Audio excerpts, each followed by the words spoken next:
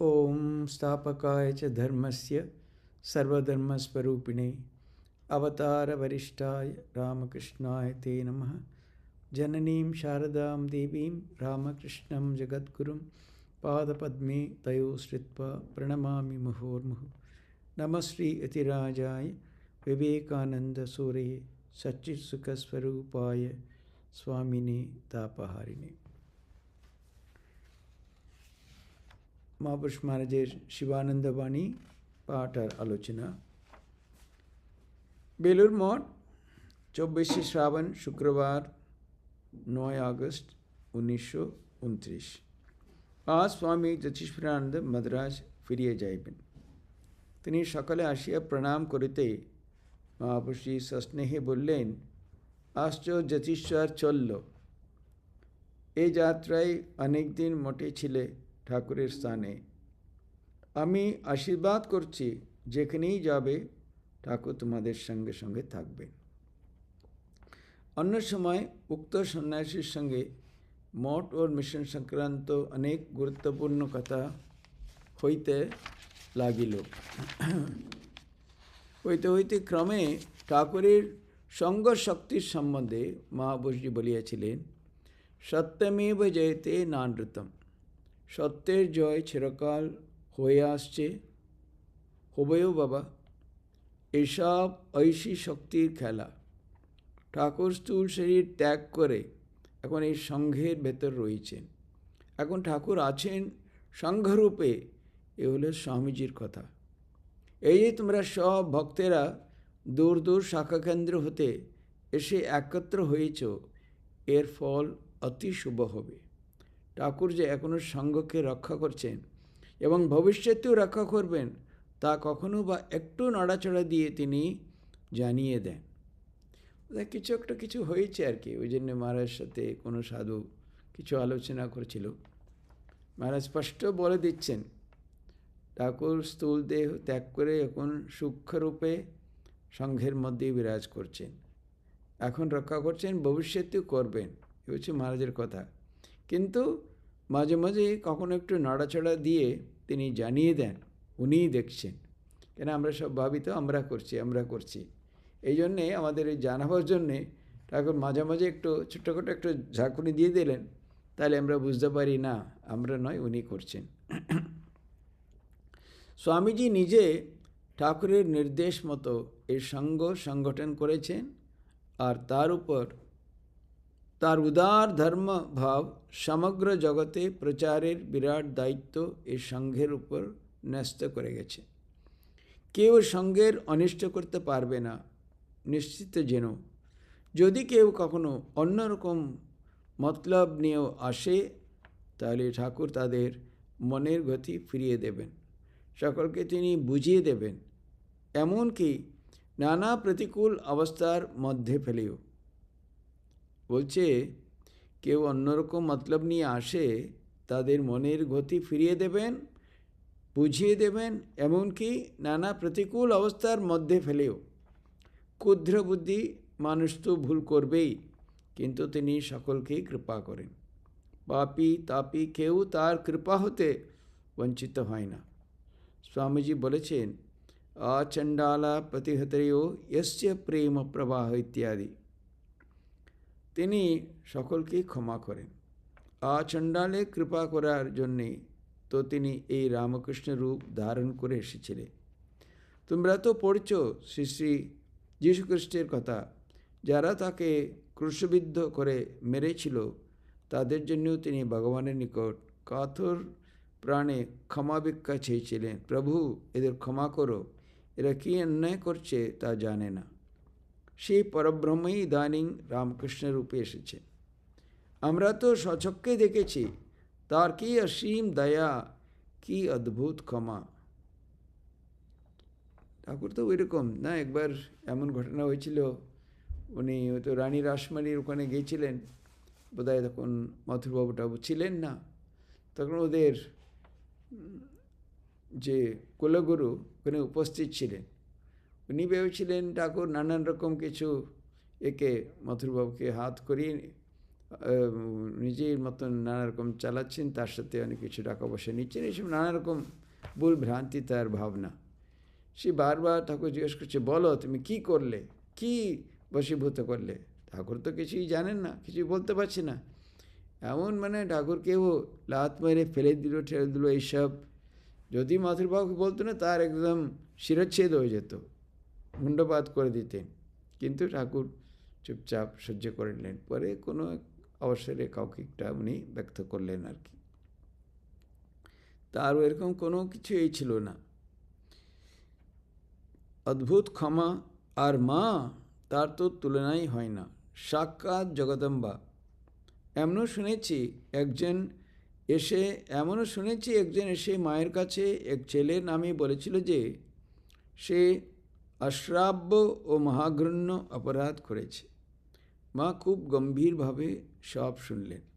তারপর সেই লোকটি মাকে অনুরোধ করে যখন বলল, আপনি যদি তাকে ডেকে একটু বলে দেন তাহলে ভালো হয়। তাতে মা বলেছিলেন, বাবা তোমরা ওইরকম বলতে পারো, কিন্তু আমি যে মা, আমার কাছে সকলেই সমান। সেই তোমাদের কাছে মহা অপরাধী ও ঘৃণ্য হতে পারে, কিন্তু তার মার কাছে নয়। আমি মা হয়ে কি করে ছেলেকে ঘৃণা করব? এমন ক্ষমা ছিল মায়ের। এইসব তো আমাদের চোখের উপরেই হয়ে গেছে। এইসব তো এরা নিজে দেখেছে, এটা শুধু কোনো বইয়ের লেখার ব্যাপার নয়। আমরাও ওই শিখেছি। ঠাকুর, মা, স্বামীজি, এদের জীবন দেখেই তো আমাদের শিখতে হবে। বলতে বলতে মাঝের কণ্ঠস্বর রুদ্ধ হইল। তিনি আর কিছুই বলতে পারলেন না। খানিকক্ষণ চুপ করিয়া থাকিয়া আপন মনে গান ধরিলেন। গাও রে জগপতি জগবন্দন, ব্রহ্ম সনাতন পাतक नाशन, एक देव त्रिभुवन परिपालक, कृपा सिंधु सुंदर भवनायक, सेवक मनोमद मंगलदाता, विद्या संपद बुद्धि विदाता, जाचे चरण भखत कर जोड़े, बितर प्रेम सुधा चित्त चकोरे। बस ওই গানের সঙ্গে ওটা ওই দিনের প্রসঙ্গটা শেষ। আবার 15ই আগস্ট 1919 বেলুর মঠেই হচ্ছে। একজন ভক্ত ওকালতি করেন, পূজনী মহাপুরুষজি তাঁকে খুবই স্নেহ করেন। ভক্তটি আসিয়া প্রণামান্তে কুশল প্রশ্নাদি জিজ্ঞাসা করিয়া মহাপুরুষজির চরণ প্রান্তে উপবেশন করিলেন এবং নিজ সাধন ভজন সম্বন্ধে কথাবার্তা কহিতে লাগিলেন। ভক্ত, মহারাজ প্রাণের শান্তি তো হচ্ছে না, সর্বদা ভেতরটা যেন হো হো করছে। মহারাজ তার নাম করে যাও বাবা, ক্রমে শান্তি পাবে। আর বেশি না পারো সকাল সন্ধ্যায় নিয়ম করে জপ করতে বসবে। এটা সবাইকে এটাই বলতো, এবং যারা করেছি তারা ফল পেয়েছে সত্যি। ভক্ত, তা তো করি, কিন্তু তাতে তো আর প্রাণের আশা মেটে না। ইচ্ছা হয় আরও করি, কিন্তু সময় করে উঠতে পারিনি। সকাল সন্ধ্যায় যখন জপ ধ্যান করতে বসি তখন খুবই আনন্দ পাই। এত আনন্দ পাই যে আর ছেড়ে উঠতে ইচ্ছে হয় না, কিন্তু কি করি, কাজের তাড়াই উঠতে হয়। মহারাজ ও সুন্দর, কিন্তু দেখুন সকাল সন্ধ্যা বসে এত আনন্দ পাই বলছে, উঠতে ইচ্ছা করে না। সত্যি সাধক আর কি, তার আর কি করবে বলো? তখন মনে মনে তার স্মরণ মনন করবে। তিনি তো অন্তর্যামী, তিনি তোমার প্রাণের ব্যাকুলতা ঢের পাচ্ছেন। তিনি তোমায় কৃপা করছেন এবং আরও করবেন। তোমার প্রাণের অতৃপ্ত বাসনা পূরণ করবেন। তিনি বাঞ্ছা কল্পতরু, তার কাছে যে যা চাই তিনি তাকে তাই দেন। তুমি প্রাণ ভরে তার নাম করে যাও, তার নাম, তার ধ্যান করো খুব প্রাণ ভরে। যখনই সময় পাবে তখনই স্মরণ মনন করবে। তার স্মরণ মননের আর সময় অসময়, কালাকাল, স্থান অস্থান নেই। আর প্রার্থনা করবে খুব ব্যাকুলভাবে, প্রভু দয়া করো, দয়া করো, দয়া করো। তুমি কত লোককে দেশ বিদেশে কৃপা করছো, আর আমায় করবে না? তোমারই এক সন্তান নিজেকে উদ্দেশ্য করিয়া তোমায় ডাকতে শিখিয়ে দিয়েছে। দেখুন মহারাজ কীরকম একটা ছোট্ট ছেলেকে বোঝাবার মতন বুঝিয়ে দিচ্ছেন। তার মধ্যে এত মানে আপন ভাব আর খুবই মানে স্নেহের সঙ্গে এগুলো বলছেন আর কি। আমি তো সেইভাবেই তোমায় ডাকছি তোমার কৃপা পাওয়ার জন্যে। তোমারই সন্তান এইভাবেই ডাকতে বলে দিয়েছেন, এইভাবেই ডেকে যাও, নিশ্চয়ই তিনি কৃপা করবেন। আমরা তাঁর দাস, দেহ মন প্রাণ তার চরণে বিখিয়ে দিয়েছি। আমি বলছি তিনি তোমায় কৃপা করবেন। ভক্ত শাস্ত্র নেই, আপনি কৃপা করুন, আপনি ঠাকুরকে একটু বলুন, তবেই হবে। সেও নিজে দায়িত্ব নিতে চাইছে না, আপনি বলে দিন, আপনি বললেই ঠাকুর শুনবেন। মহারাজ আমার কৃপা তো আছেই বাবা, নাইলে এত বলছি কেন? ঠাকুর এসেছেন জীব উদ্ধারের জন্যে, আমরা তার দাস, আমাদের তা ছাড়া অন্য কামনা নেই। সাধন ভজন যা কিছু বলো সবই জগতের কল্যাণের জন্যে করছি। কেন আর তো মহারাজের তো আর নিজের জন্য আর কিছু করা দরকার নেই না, সাধন ভজন সব কিছু জগতের কল্যাণের জন্যে, নইলে নিজের জন্যে আর কি দরকার? তিনি তো আমাদের পূর্ণ করে দিয়েছেন সব রকমের, কিছুই তো আর অপূর্ণ রাখেননি। তবু জীবের কল্যাণের জন্যে সাধন ভজন করিয়ে নিচ্ছেন। তো নিজে করছিও বলছেন না, ঠাকুর করিয়ে নিচ্ছেন। ভক্ত ধ্যান কী করে করব? ঠাকুরের পুরোপুরি মূর্তি তো ধ্যান করতে পারি না মহারাজ। তা না পারো, ঠাকুরের এক এক অঙ্গ ধ্যান করবে। প্রথমত শ্রীচরণ ধ্যান করলে ক্রমশ অন্যান্য অঙ্গ প্রত্যঙ্গ, পরে ঠাকুরের মূর্তি সমস্তটা একেবারে ধ্যানে আনবার চেষ্টা করবে। পুরোপুরি সমস্ত মূর্তি ধ্যান করতে পারলেই ভালো। ভক্ত মার মূর্তি ধ্যান করতে পারিনি, কেমন যেন ভয় হয়। ঠাকুরের ধ্যান তবু কতকটা হয়। মহারাজ তা বেশ, তো ঠাকুরের ধ্যান করতে পারো তো তাতেই হবে। মার ধ্যান আলাদা না করতে পারলেও দোষ নেই, কারণ ঠাকুরের ভেতরেই সব আছে, মাও আছে। ঠাকুর হলেন সমস্ত দেবদেবীর ভাবঘন মূর্তি।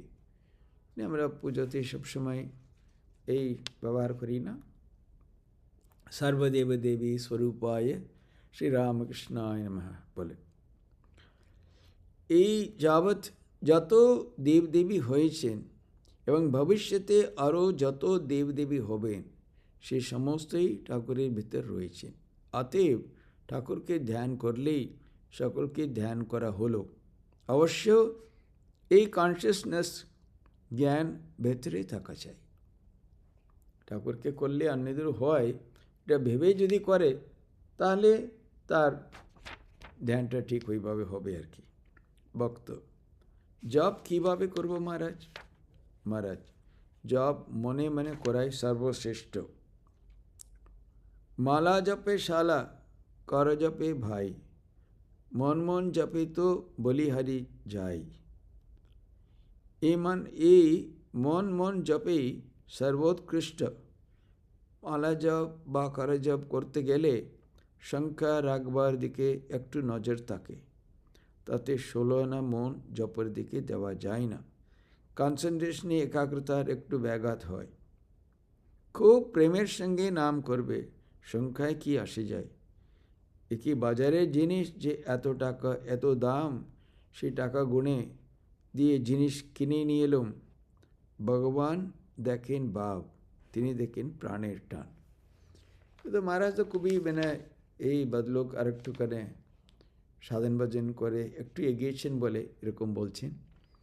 অন্যদের প্রথমে অন্য গুরুরাও সংঘের গুরুরাও ওরাও বলে প্রথমে একটু সংখ্যা রাখতে।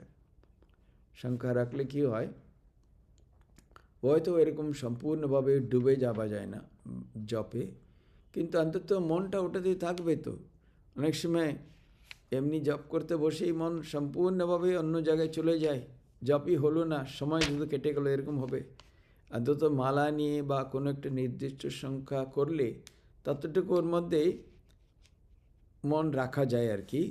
কিন্তু সম্পূর্ণভাবে যেরকম বলছেন একেবারে ঠাকুরের চরণে সর্বস্ব একেবারে সব কিছু দেওয়া, সেটাও তো সম্ভব হবে না।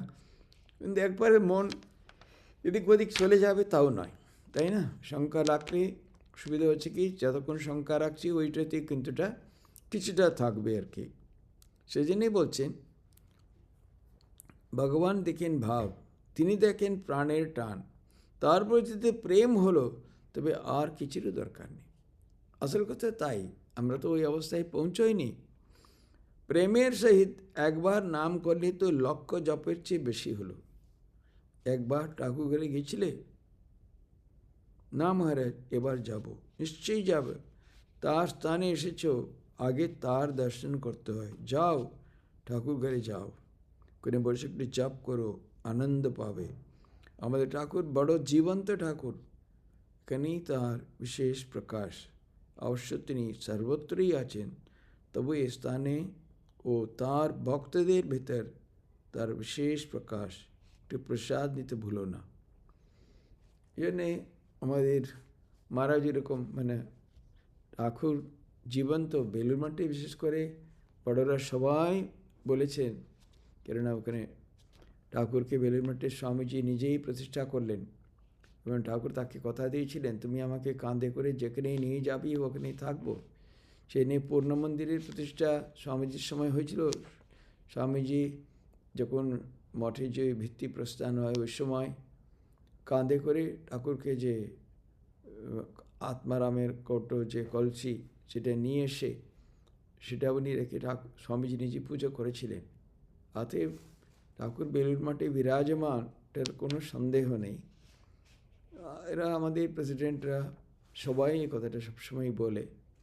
প্রতিষ্ঠানজির একবারে শেষের দিকে ওনার শরীরটা তো খুবই খারাপ, ভক্তদের খুব মন খারাপ, কেন ওনার কাছে অনেক ভক্ত নিয়মিত আসতো আর কি। তারা একবারে খুব বিষণ্ণ হয়ে পড়ছে। মহারাজ বললেন, দেখো এই শরীরটা চলে গেলেও কেন আশাটা তোমরা বন্ধ করবে না, মন্দিরে যাবে। কোনে যে বসে আছেন উনি পাথর নন, জীবন্ত, তার কাছে তোমরা তোমার প্রার্থনা জানাবে, এরকম মহারাজ বলেছিলেন আর কি। এই জন্যেই উনি বলছেন ঠাকুর ঘরে এই করে একটু বসো। মহারাজ বলছেন না, এখানে এসেছো আগে তার দর্শন করতে হয়। আমার যে আগে যারা ছিলেন পূর্ণ সাধুরা সবসময় বলতো আশ্রমে আসলে প্রথম ঠাকুর ঘরে মন্দিরে যাওয়া, তারপরে অন্য কিছু, অফিসে যাওয়া, মহারাজদের সঙ্গে দেখা করা, এসব ঠিক আছে, কিন্তু প্রথমেই ঠাকুর ঘর যেতে হবে, এটা ওরা সবসময়ই বলতো আর কি। তীর্থাদি ভ্রমণের কথা উঠিয়েছে। এবার হলো 18ই আগস্ট 1929। তীর্থাদি ভ্রমণের কথা উঠিয়েছে। একজন সন্ন্যাসী সম্প্রতি বদ্রীনারায়ণ প্রভৃতি তীর্থ পর্যটন করিয়া আসিয়াছেন, সেই সম্বন্ধে কথা হইতেছিল। মহাপুরুষজি বলিলেন, তীর্থাদি ভ্রমণ ও তো সোজা কথা, একটু কঠোরতা করতে পারলেই হলো, কিন্তু ভগবানের ভক্তি বিশ্বাস লাভ করা সে অতি দুর্লভ। অনেক অনেক সব সাধু দেখতে পাবে যারা হেঁটে 4 ধাম ঘুরছে, আরও কত কি করেছে, কিন্তু ঠিক ঠিক অনুরাগী সাধু, ঠিক ঠিক বিবেকী সাধু কজন? অবশ্যই একেবারে যে নয় তা নয়, আছে, তবু আমাদের তাদের সংখ্যা খুবই কম। ভগবানের দিকে এগুলো খুব কঠিন। কঠোরতা করা, হেঁটে যাওয়া, এই করা, এইসব অনেকেই পারে, করছে হয়তো, কিন্তু আসল হচ্ছে কি তার প্রতি যে অনুরাগ ভক্তি বিশ্বাস, এ ধরনের সাধু কম বলছেন। ভগবানের দিকে এগুলো খুব কঠিন। প্রথমত যাদের জীবনে কোনো জীবন্ত আদর্শ নেই তাদের পক্ষে তো মহা দুরূহ ব্যাপার।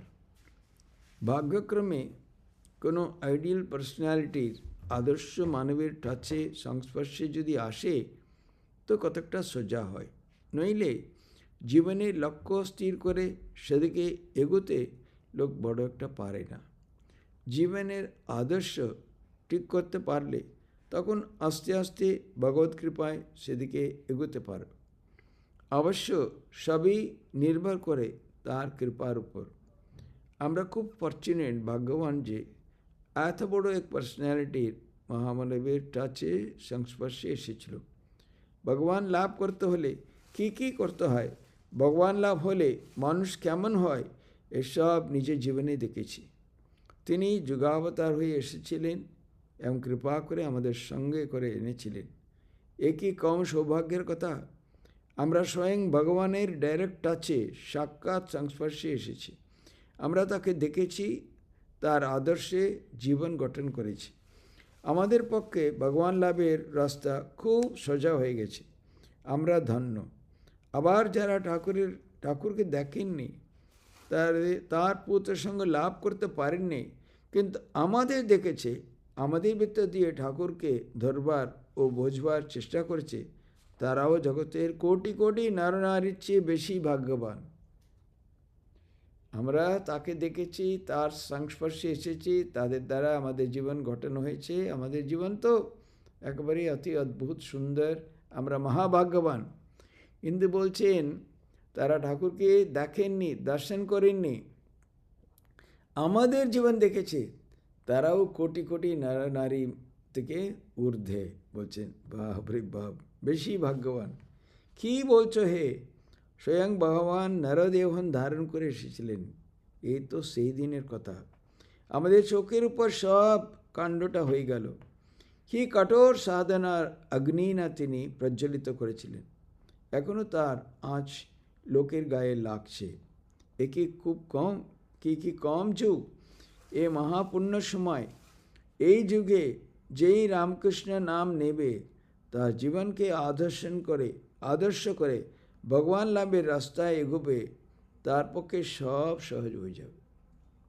এই যুগে তার নাম নিয়ে ভগবান লাভের পথে এগোয়ার চেষ্টা করছে, তার সব হয়ে যাবে বলছেন মহারাজ। এখন রামকৃষ্ণের জীবন আদর্শ যদি কেউ নিজ জীবন গড়ে তোলে, তার জীবন ছাঁচে যদি নিজেকে জীবন ঢালাই করে নেয়, তবে তো তার পক্ষে ভগবান লাভ করা অতি সোজা। কিন্তু তা লোক পাচ্ছে কোথায়? তার ছাঁচে যদি জীবনটা ওইভাবে গড়ে নিতে পারে, তাহলে তো আর কিছুই নেই তার পক্ষে। মহারাজ বলছে, সন্ন্যাসী মহারাজ, ভগবান লাভ করা কি খুব সোজা? মহারাজ, খুব সোজা নয়।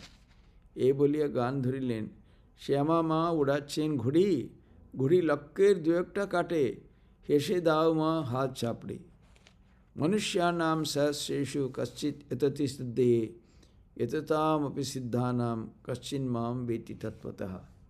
গীতাতে মহারাজ বলছেন, সহস্র লোকের, হাজার হাজার লোকের মধ্যে এক আধটা সিদ্ধি লাভের জন্য চেষ্টা করে। আবার প্রয়ত্নশীল সাধকগণের মধ্যেও এক আধজনে আমাকে যথার্থভাবে জানিতে পারে। মানে হাজার হাজার লোক এসব জিনিসের, এসব শোনা জানা এই খুব কম হইতো। ওই রকম হাজার হাজার লোকের মধ্যে এক আধজন শেষ পর্যন্ত পৌঁছতে পারে। তাহলে কত কঠিন দেখুন। ভগবান লাভ করা খুব কঠিন ব্যাপার, এবং ভগবানের বিশেষ কৃপা না হলে তা হওয়ার জো নেই। তার কৃপা হলে তো সহস্র সহস্র বৎসরের অন্ধকার ঘরেও ধপ করে আলো জ্বলে উঠতে পারে। তিনি কৃপা সিন্ধু, জীবের দুঃখে কাতর হয়ে তো জীব উদ্ধারের জন্য তিনি নরদেহ ধারণ করে এসেছিলেন। নইলে তার কী প্রয়োজন বলো না? তিনি তো পূর্ণ, তার কিসে অভাব? গতকাল তো কল্পতরু উৎসব গেছে, তখন একজন মহারাজ কীরকম বোধহয় আছে, এর মধ্যে থাকতে পারে ওই আলোচনা। 1 জানুয়ারি মার সঙ্গে দেখা করতে এসছে, বলছে মহারাজ হ্যাপি নিউ ইয়ার বলছে। মহারাজও প্রথম হেসে হ্যাপি নিউ ইয়ার বললেন। তারপর বললেন, দেখো তোমরা এরকম বিদেশিদের কায়দায় এসব আমরা শিখেছি, দেখো আমাদের কোথায় জগতে, আমাদের দেশের সংস্কৃতি এসব কোথায় হারিয়ে গেছে। এসব কথা বলতে বলতে উনি ঠাকুরের সম্বন্ধে খুব বলতে আরম্ভ করলেন। বললেন উনি জগতে ব্রহ্মশক্তি জাগরণ করতে এসেছেন। আমরা ব্যক্তিগত কুণ্ডলিনী জাগরণের কথা জানি, কারো কোনো গুরু কৃপায় হতে পারে।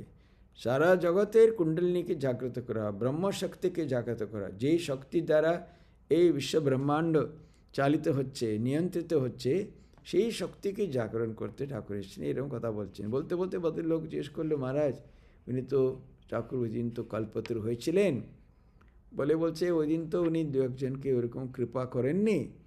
বললেন পরে হবে, উনি তো মহারাজ সর্ব কি বলছে, উনি তো সব কিছু জানেন উনি, হ্যাঁ, তার তো কিছু অজানা নেই।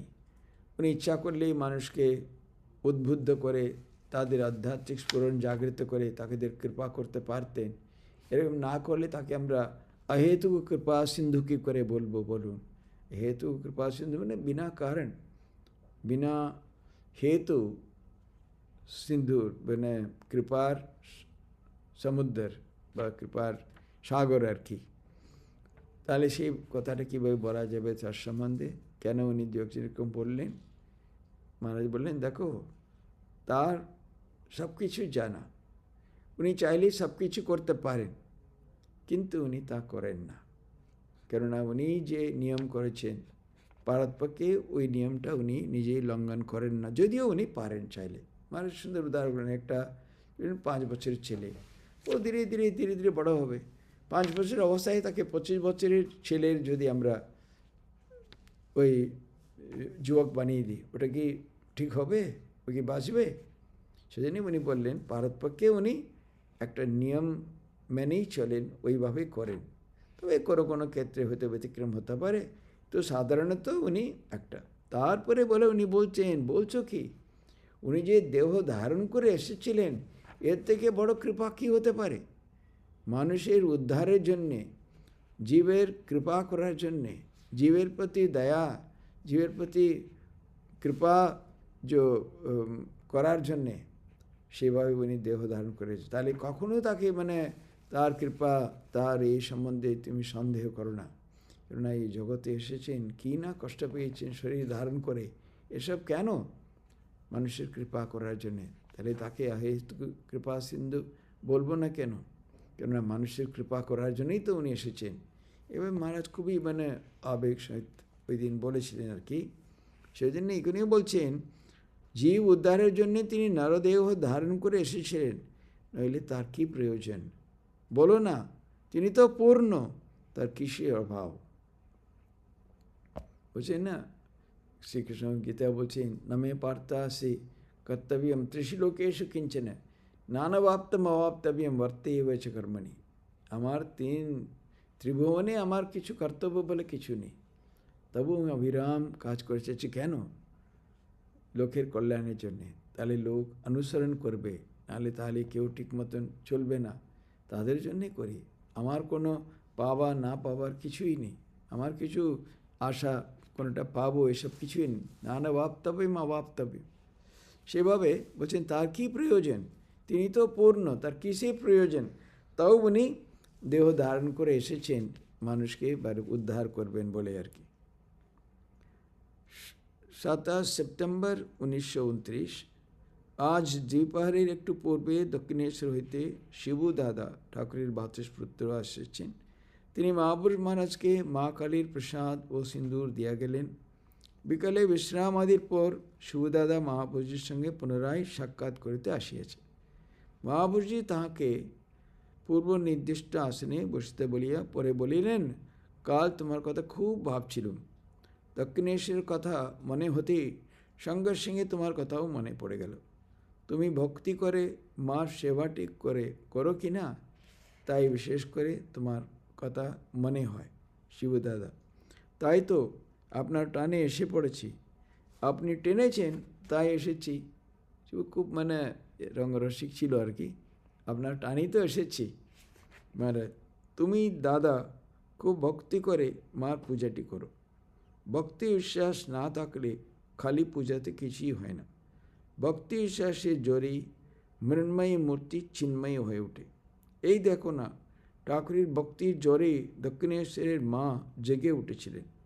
নইলে মা কালীর মূর্তি তো অনেক মন্দিরেই আছে, কিন্তু সব মন্দিরে কি মা চিন্ময়ী হয়ে আছেন?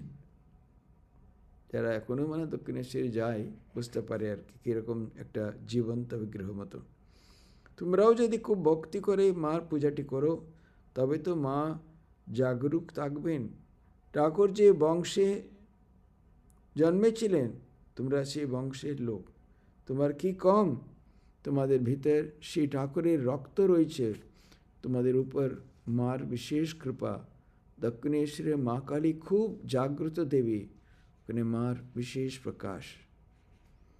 ওরা ওই সময়কার বিশেষ করে মহাপুষ্পরা রাজা মহারাজারা ঠাকুরের যে বংশের কেউ আসলে তাদেরকে এত ওরা শ্রদ্ধা করতো, স্নেহ করতো, ভক্তি করতো, তাদের আদর করতো, যত্ন করতো, সব কিছু এরকম।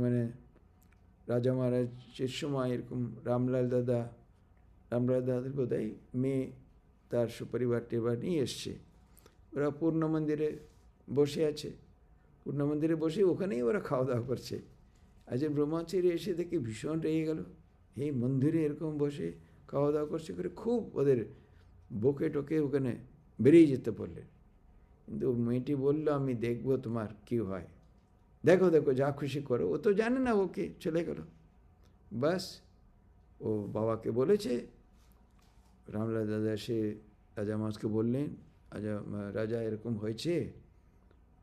ও বলল, রাজা মহারাজ বললেন ওই ব্রহ্মচারীকে এক্ষুনি সঙ্গ ছেড়ে চলে যেতে হবে, ওর কাছে ক্ষমা চেতে হবে। ও মেয়েটি যদি ক্ষমা করে তাহলে তার টাকা হবে, নাহলে তাকে একেবারে এক্ষুনি ছেড়ে চলে যেতে হবে। সবাই তো রামলাল দাদা নিজেই বলছেন, না ও তো এত জেদি, ও তো ক্ষমা করবে না, না ক্ষমা না করলে চলে যেতে হবে। কোনো ঠাকুরের বংশের ওকে অপমান করেছে, একদিনও ওখানে থাকা হবে না। তখন ও কী করবে ব্রহ্মচারী? তখন নৌকা পার হয়ে বোধহয় উনি বারাণসী কোথায় থাকতেন, ওখানে চলে গেল। তখন ভাগ্যিস ওখানে লক্ষ্মী দিদিও ওদের বাড়িতে ওই দিন ছিল। লক্ষ্মী দিদি ব্রহ্মচারী দেখে তার খুব করুণা হলো, তাকে উনি খাওয়ালেন ঠাওয়ালেন, তারপরে বললেন মেয়ের কাছে নিয়ে গেলেন, মা তুমি ক্ষমা করে দাও। প্রথমে তো খুব রেগে গিয়ে বললো, না দেখো ও তো ক্ষমা চাইছে, ক্ষমা করা উচিত বলে করে লক্ষ্মীদি বললো। রাজামা বলে লিখিতে নিয়ে আসতে হবে, লিখিয়ে টিকিয়ে তার কাছে সই করিয়ে। ততক্ষণ দেরি হয়ে গেলো। লক্ষ্মী দিদি বললে, তুমি বাবা আজ রাতে থেকে যাও এখানে, হ্যাঁ, মার মতন ওকে চোখ স্নেহ ঠেহ করে যত্নাদি করে। পরের দিন সকালে ও চিঠিটা নিয়ে এসে রাজা মহারাজকে দেখাতেই বাঁচল, নাহলে বলে দিনে তোমাকে এক্ষুনি ছেড়ে যেতে হবে, কেন একদম আর মোটে জায়গা হবে না, এত স্ট্রিক্ট। শিবু দাদা, তা আপনাদের আশীর্বাদে ও মার কৃপায় একটু একটু বুঝতে পারছি। হ্যাঁ, প্রথম যখন পূজা কার্যে ব্রতী হয়েছিল তখন তো পূজাদি বিশেষ কিছু জানি নে, মনে মনে ভয় হতে লাগলো। আর কিসের পরে কি পুজো করতে হয় তাও জানতাম না। কিন্তু দেখছি মার কাছে খুব প্রার্থনা করে পুজোয় বসতুম, আর স্পষ্ট শুনতে পেতুম যে কেন বলে দিচ্ছে এরপরে এ কর, এখন দশমহাবিদ্যার পূজা কর, এই রকম সব কথা কেউ যেন বলে দিতেন। আর স্পষ্ট শুনতে পেতাম যে চারদিকে তাকিয়ে দেখতাম কে কোত্থেকে বলছে। দেখুন শিবদাদার এত খুব শিব খুব সরল ছিলেন, ঠাকুর নিজে বলতেন। তখন এ হচ্ছে একেবারে বিদ্যুৎ চমকালে বলতো, কি একটা বলতো ঠাকুর, ওর সম্বন্ধে খুব প্রশংসা করতেন শিবুর সরলতা নিয়ে আর কি। শিবদাদা তো মার কাছে কথা আদায় করে নিয়েছিল, মা তুমি কে বলো, নাহলে আমি যাব না। মাকে নিয়ে যাচ্ছে জয়রামবাটি, যে আমাদের পার হতে হবে। তখন বোধহয় জল ছিল না বা এরকম বা কিছু একটা। বললে তুমি কে বলো, আমি কে, আমি তো তোর খুঁড়ি। ঠিক আছে তাহলে তুমি যাও, আমি রইলাম। আরে শিবু চলো চলো, না আমি যাব না। এই বারবার বলে 2-3 বার করে আমি কে, আমি মাকে স্বয়ং বলতে হলো আমি কালী। তারপরে শিবু চললো মায়ের সঙ্গে। ওই জন্যে শিবদাদা খুব সরল। তাহলে দেখুন পুজো করতে বসছে, বলছে কেউ পর কি করতে হবে কেউ বলে দিচ্ছে, আদৌ চারদিকে ঘুরে দেখছে কেউ নেই। মহারাজ তাই তো দক্ষিণেশ্বরে মা কালীর মতন দক্ষিণেশ্বরের মা কালীর মতন এমন জাগ্রত দেবী আর নেই। ঠাকুর নিজে ভক্তি বলে মাকে জীবন্ত করে রেখেছিলেন। ঠাকুরের সব লীলা তো দেখছো দাদা, যখন পূজাটি করবে সেই সময় এইটিও সঙ্গে সঙ্গে ভাবনা করবে যে মা জীবন্ত আছে। শিবু দাদা, তার প্রমাণও যথেষ্ট পেয়েছি। যখন ছেলে বয়সে পুজো করতে আরম্ভ করেছিলাম, তখন রোজই রাত্রে শোবার আগে জগদম্বাকে বলে যেত, মা এখন আমি শুতে যাচ্ছি, এখন তো গিয়ে ঘুমিয়ে পড়ব, সকালে ঘুম ভাঙে কি না ভাঙে কে জানে, তুমি কিন্তু আমাকে মঙ্গলারতির আগে তুলে দিও। কত দেখুন, কত সরল, ছোটোবেলায় বলছে তুমি আমাকে তুলে দিও।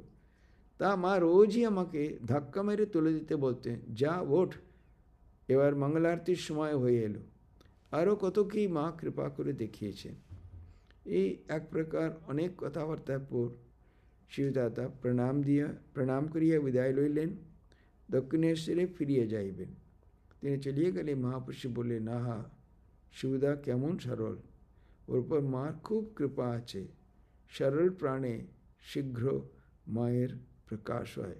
শিবু খুব সরল, সবাই জানতো আর কি, নাহলে মাকে এরকম জোর করে কেউ কথা আদায় করতে পারে? মা তাকে খুব ভালোবাসতেন আর কি, খুব অল্প বয়সী ছিল তো, ওই জন্যে আরও সকলেরই স্নেহ ছিল। 28 সেপ্টেম্বর 1929 বিকালবেলা মুষলধারা বৃষ্টি হইতেছে। মহাপুরুষ মহারাজ নিজের ঘরে বসিয়া আছেন।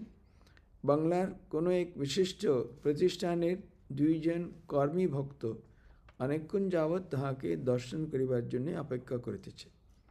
তাহার শরীর অসুস্থ বলিয়া লোকজনের সহিত দেখাশোনা খুব কম করিয়ে দেওয়া হইয়াছে। অবশেষে সে কর্মীদ্বয়কে তাহার কাছে আনা হইল।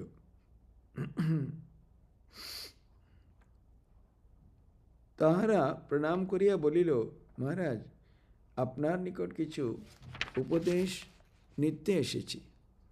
আপনি শ্রীরামকৃষ্ণদেবের অন্তরঙ্গ সন্তান, আমাদের আশীর্বাদ করুন, আর যদি অনুমতি করেন তো আমাদের 2-একটা কথা জিজ্ঞাসা আছে, তা বলি। বেশ তো, কী বলবার আছে বলো না। মহারাজ বলছেন, ভক্ত, ঠাকুর শ্রীরামকৃষ্ণদেব নরদেহ ধারণ করে অবতীর্ণ হয়েছিলেন জগতের কল্যাণের জন্য।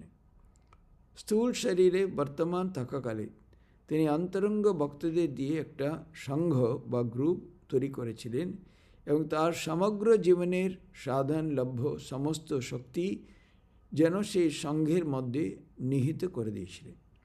সেই সংঘ এখন চলছে, কিন্তু আমাদের জিজ্ঞাসা এই যে তিনি কি করে তার অন্তরঙ্গদের সংঘবদ্ধ করেছিলেন, কি বন্ধনে তিনি সকলকে একত্র করেছিলেন, কিভাবে এরা এত বিভিন্ন জায়গা থেকে এসেছে, তাদের বিভিন্ন পরিবেশ থেকে মানুষ, কেউ রাজার বাড়ি, কেউ এরকম জমিদার বাড়ির ছেলে, কেউ অতি সাধারণ, কেউ মেষপালকের ঘরের, কত রকম, কিন্তু সবাই যেন পরস্পরকে এত ভালোবাসত।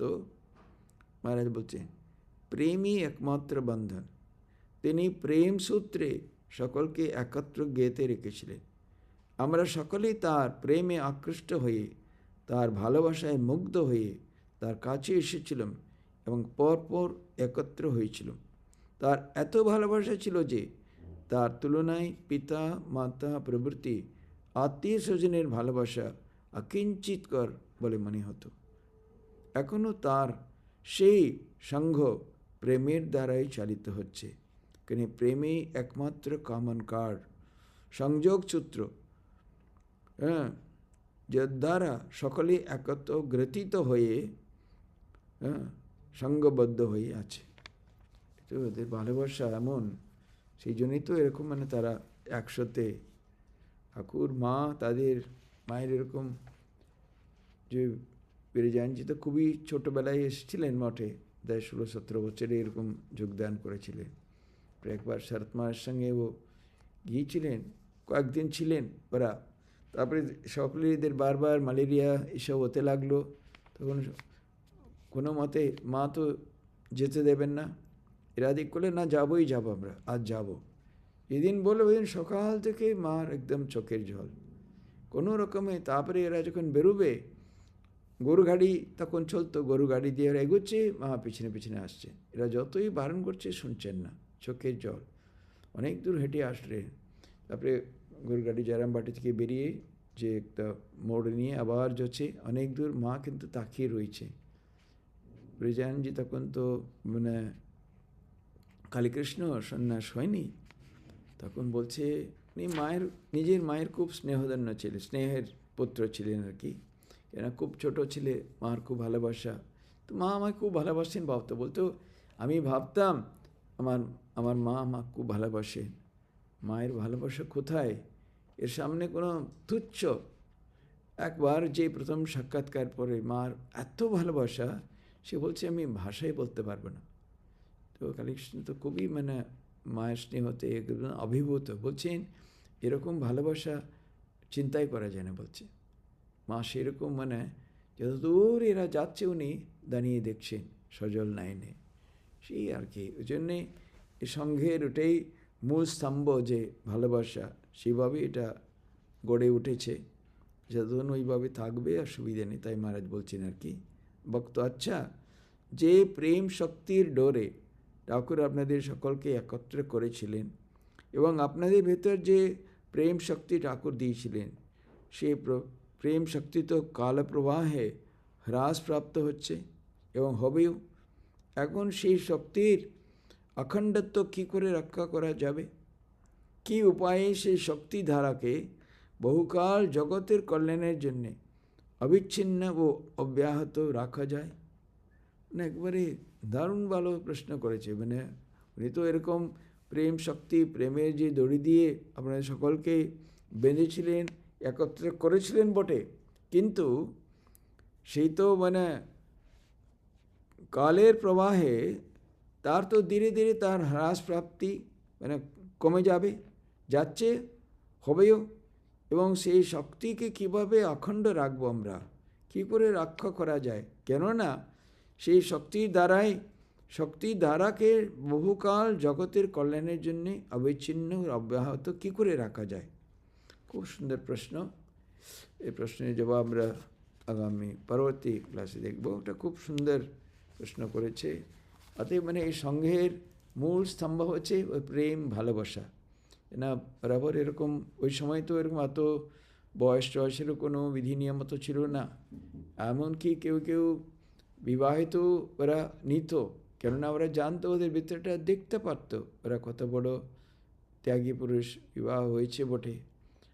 এখন তো অনেকটা আমরা নিয়ম কানুন আজকাল হয়ে গেছে, কিন্তু তবু যে প্রেম, যে ভালোবাসা প্রেসিডেন্ট মহারাজ এখন বিশেষ করে সংঘ গুরুদের মধ্যে যেটা বিশেষ করে দেখা যায়, এত তারা সৌদের ভালোবাসে করে, সংঘকে ভালোবাসে, সে শক্তি এখনও চলছে। এই মহারাজ বলছেন যে যতদিন না ব্যাহত থাকবে সংঘের কোনো ক্ষতি হবে না আর কি। এই আমাদের প্রার্থনা সব আমাদের মধ্যেও যেন সেই ভাবটা যেন থাকে। হ্যাঁ, শ্রীরামকৃষ্ণার্পণমস্তু।